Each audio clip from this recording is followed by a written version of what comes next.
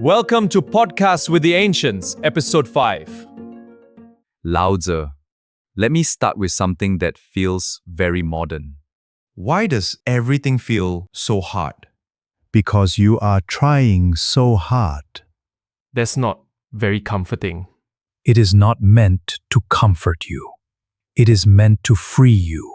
You believe effort creates results, so you add more effort, more force, more control. And then you wonder why things resist you. But surely effort matters. You don't get anywhere without trying. Water flows without trying, yet it shapes mountains.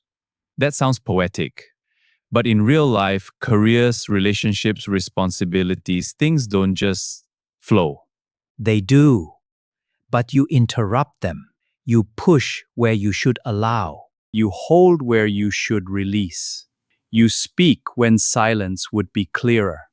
And then you call the result, life is difficult. So what are you suggesting? That we stop trying? I am suggesting you stop forcing. There is a difference. What does that look like? Acting without strain, moving without resistance, doing what is needed without adding what is not.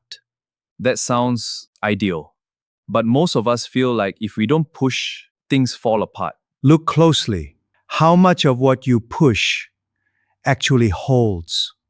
And how much creates more to manage?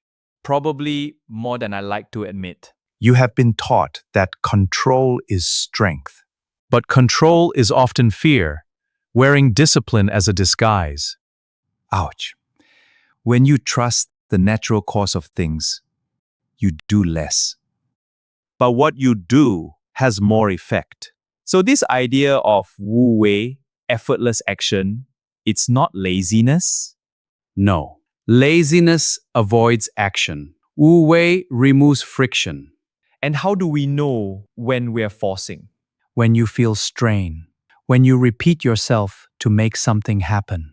When you grip tighter instead of stepping back, the body often knows before the mind admits.